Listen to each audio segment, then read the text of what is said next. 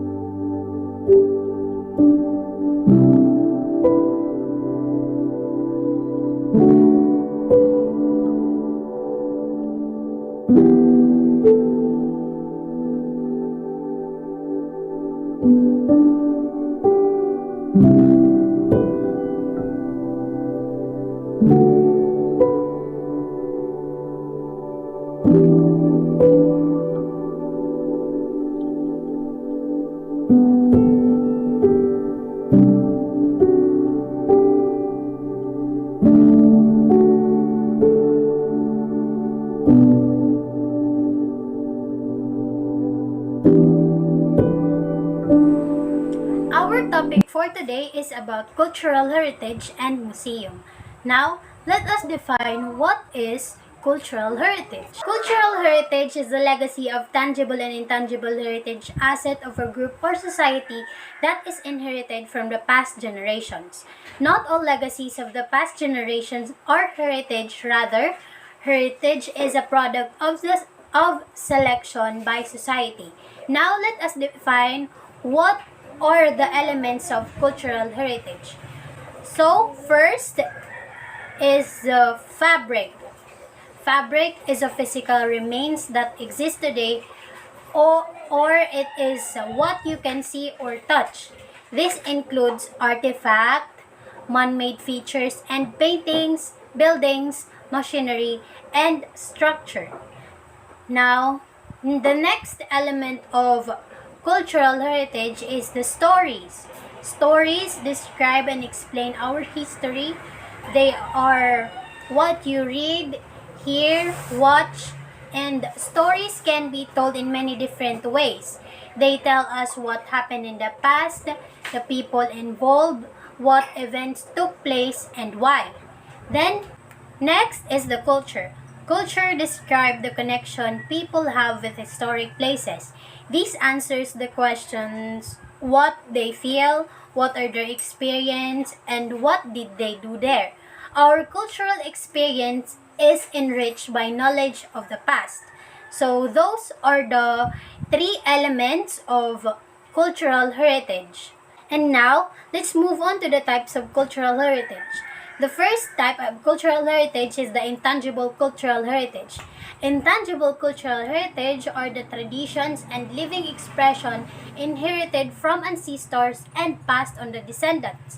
Intangible heritage includes cultural practice, oral tradition, and language, skills, techniques, and knowledge including dance, stories, craft, and medicine. So, meaning to say, intangible cultural heritage, amoy niyan mga oral traditions. For example, ang mga chismis, sa unang mga panahon nga naging oral tradition tanay na. Next is the tangible cultural heritage. Tangible cultural heritage refers to things that we can store or physically touch.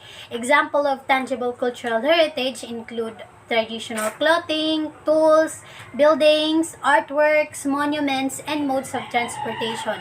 So, tangible cultural heritage liwat from the word tangible, meaning nakakaptan. Amoy ni ang mga napasa aton nga for example ang mga artifacts ano nang panahon nga na-preserve natin yan na amo aton tangible cultural heritage. Now, what is the importance of cultural heritage? Cultural heritage is central to protecting our sense of who we are. It gives us an irrefutable connection to the past or to certain social values, beliefs, customs, and traditions that allows us to identify ourselves with others and deepen our sense of unity, belonging, and national pride.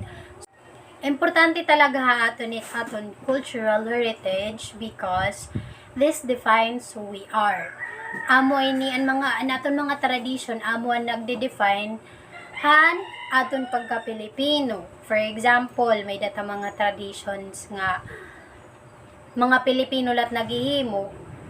And same with the other country liwat, may daliwat nira mga tradition nga hiralat na himo amo nagdi-define an ira, kumbaga an aton cultural heritage amo nagdi-define kung ano an aton nationality ngan all in all kung ano kita. And now let us describe what is museum. A museum is a place or building where objects of historical, artistic, or scientific interest are exhibited, preserved, or studied. Museums have been founded for a variety of purposes, which is to serve as recreational facilities, scholarly venues, and educational resources, to contribute to the quality of life of the areas where they are situated, to attract tourism to a region, to promote civic pride or nationalistic endeavor, or even to transmit overtly ideological concepts. Given such a variety of purposes, museums reveal remarkable diversity in form, content, and even function. Yet, despite such diversity, they are bound by a common goal, which is the preservation and interpretation of some material aspect of society's cultural consciousness. So, to give you more idea about the museum or what is being placed in the museum, I will show a video presentation and hope you like it.